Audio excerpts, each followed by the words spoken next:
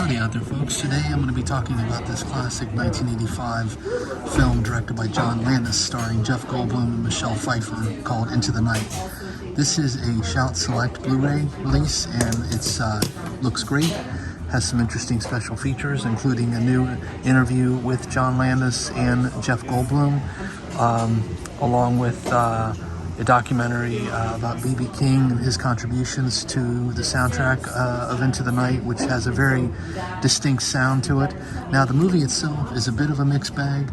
I think it's your typical John Landis endeavor in that it hasn't aged well in the Me Too movement. His movies tend to always be a bit sexist and misogynistic, and this is no exception. Although I will say that if you're a fan of Jeff Goldblum, you will appreciate what the director was able to bring out of his performance. I think both Goldblum and Michelle Pfeiffer have terrific chemistry together, and they are a blast to watch on screen.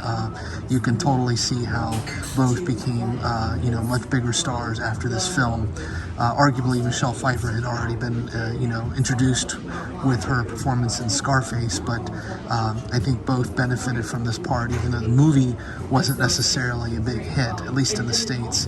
The other interesting thing about it is it's just got probably one of the most impressive lists of cameo performances by any film. John apparently called in several favors from his friends, many of whom are fellow directors, as well as he's got just some terrific bit performances out of David Bowie, for example, who plays a hitman. Richard Farnsworth is in it. It's really got an incredible array of talent in front of the screen, and again, despite the admittedly sexist aspect of the film, it's still an interesting watch and a bit of a time capsule. And again, if you're a Goldblum fan, I think this is absolutely worth a watch. He's terrific in it, and I think the story is even interesting. It's something that I think is a bit of a kind of a what if scenario that has a little bit of a dream-like quality. A guy finds his wife cheating on him, basically has a existential crisis, drives to the airport, and then gets involved with this huge chase with this beautiful blonde played by Michelle Pfeiffer. I mean, it's definitely a very almost teenage boy kind of scenario, but again, I think for what it is and what it did, it works.